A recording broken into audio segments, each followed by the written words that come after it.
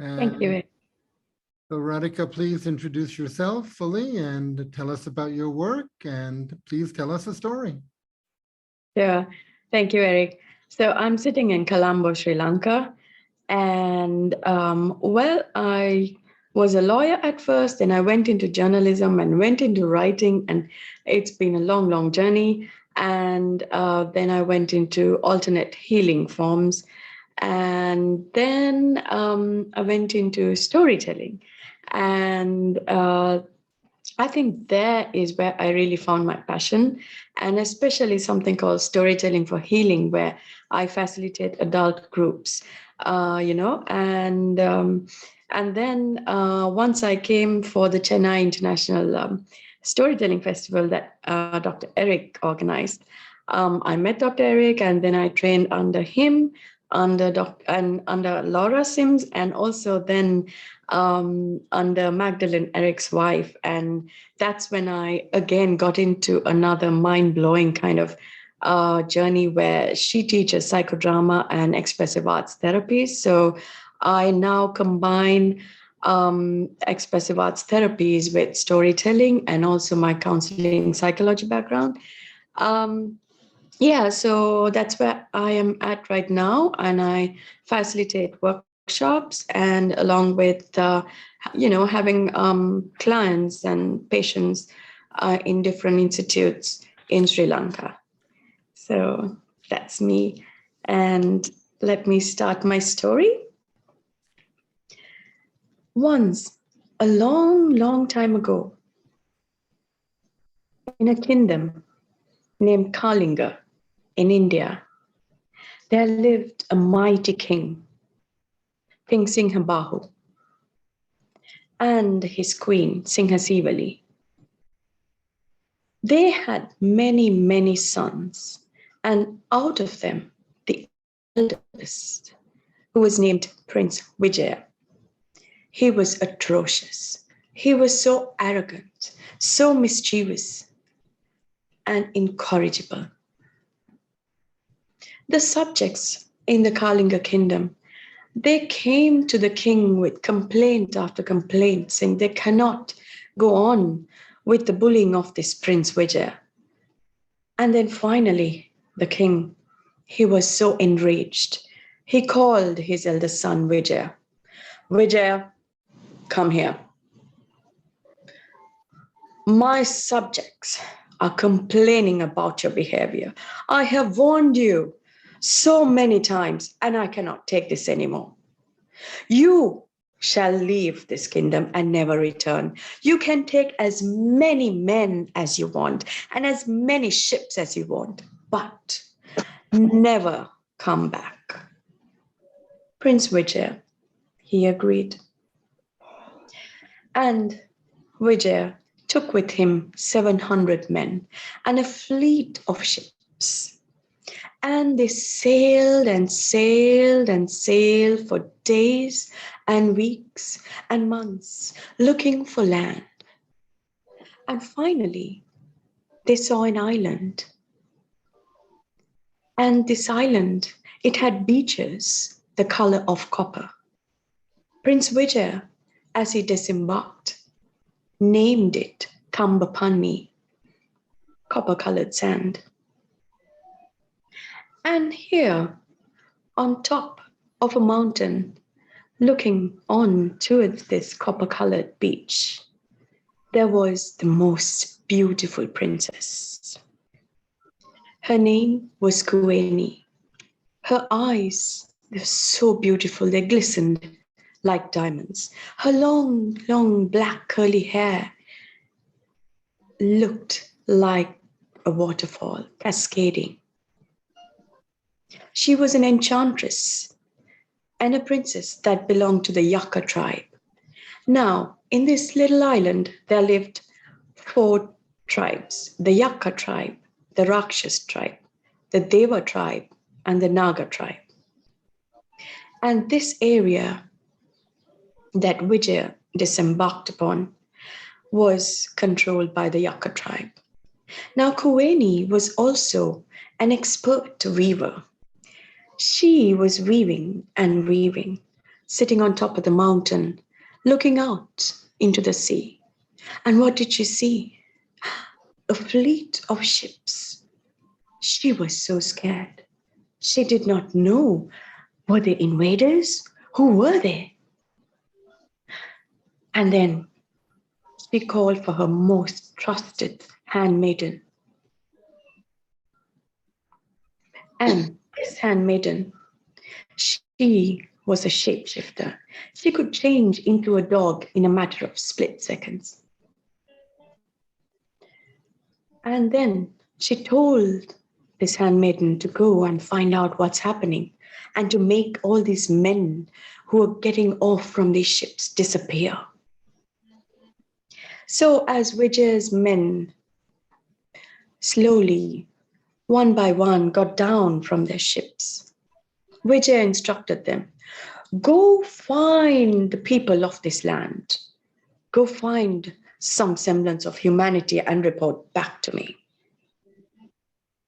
And as the men started slowly filtering into the land, there came a black dog, started barking, almost like welcoming,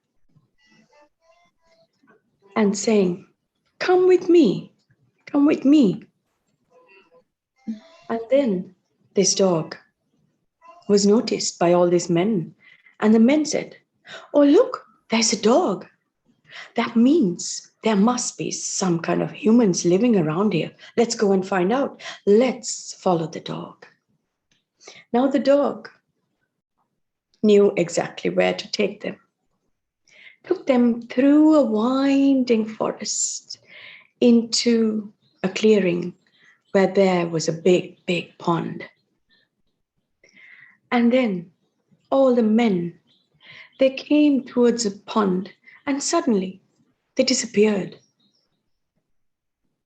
Now, Vijay, he was waiting and waiting and waiting. Where are my men? And then he just grew impatient. Let me go find out, he said. And then suddenly, that black dog again came along, welcoming him, taking him in towards the big, big pond.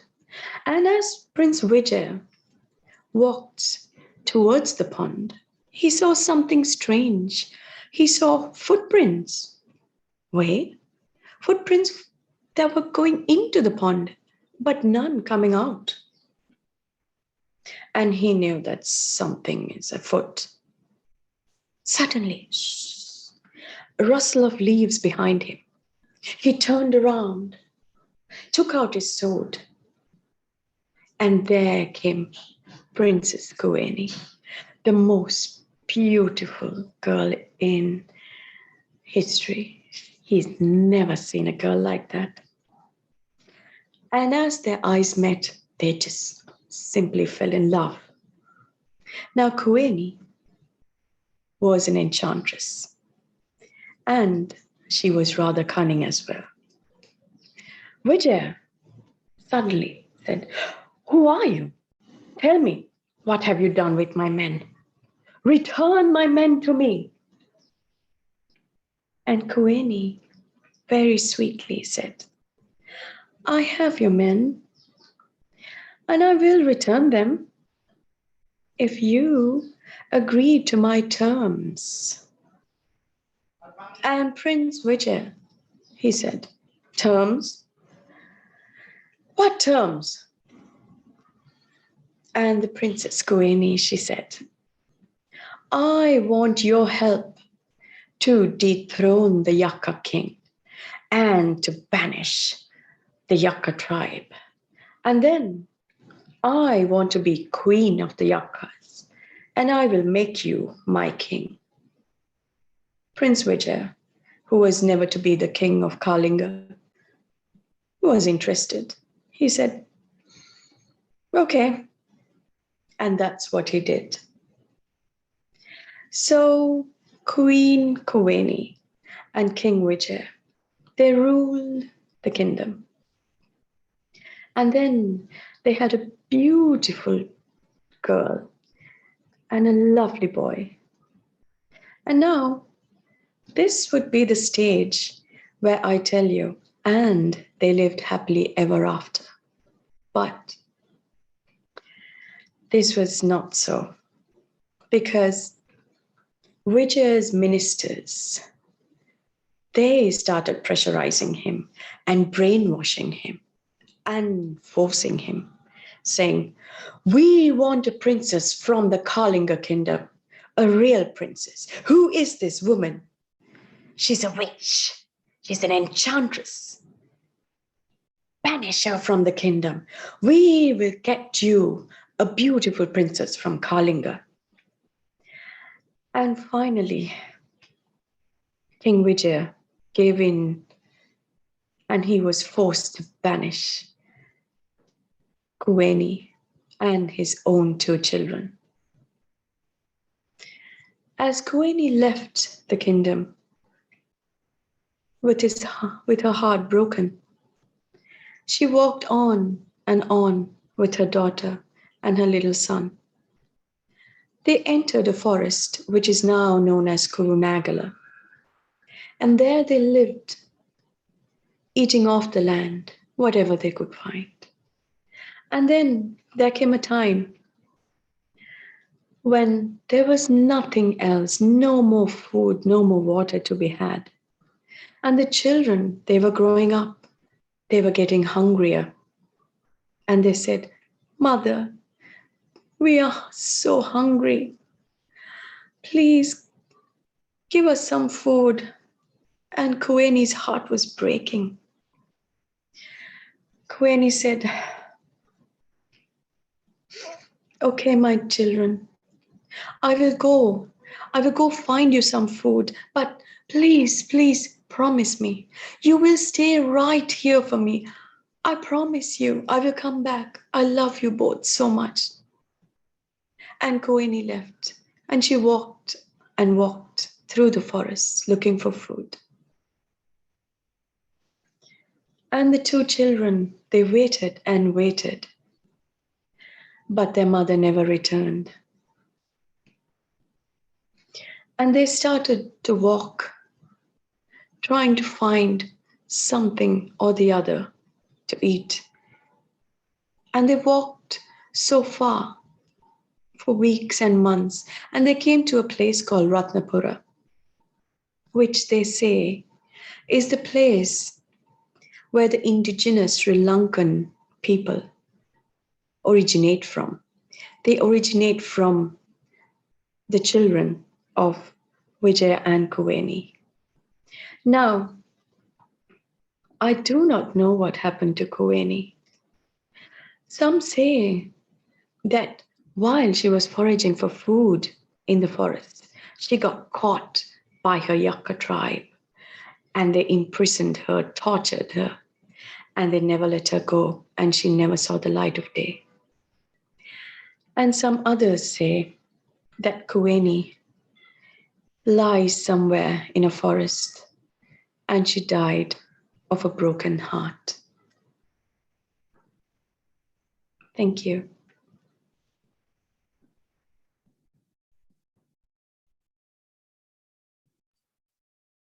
Thank you. A very mysterious and beautiful story.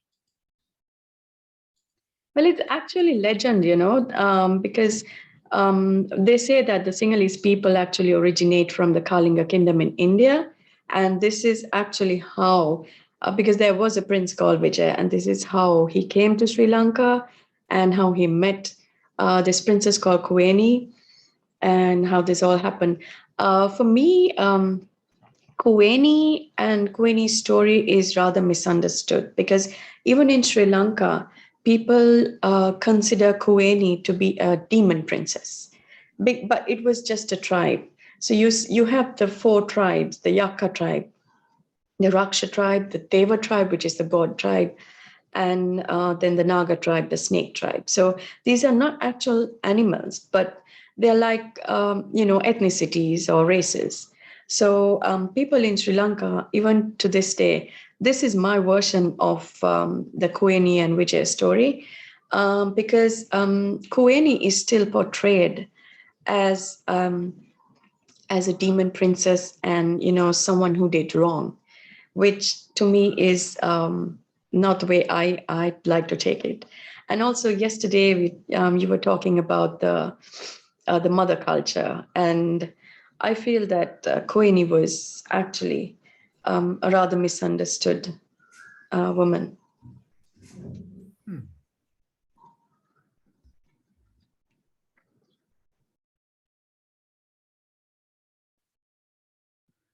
So you admire her.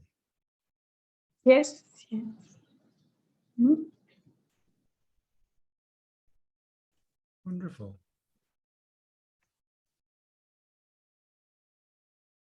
And your storytelling has really developed. You're telling in a very engaging way.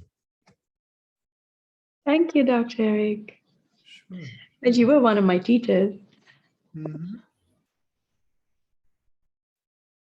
Well, I often say don't talk at people, talk with people, and I think you're doing it.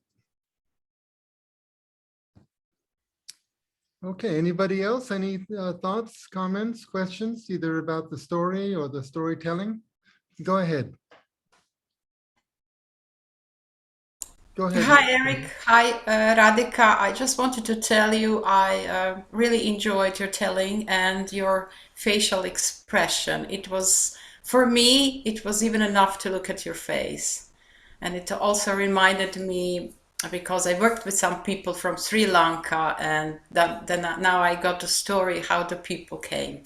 So I really loved that, and also reminded me of the story that one of the Croatia's author wrote also about a mother who had to leave her kingdom with the children, with also rather a very dangerous situation. She was their life was endangered, but hopefully for them they returned happily. Everything happened really happily for them. So thank you for sharing that story. Thank you.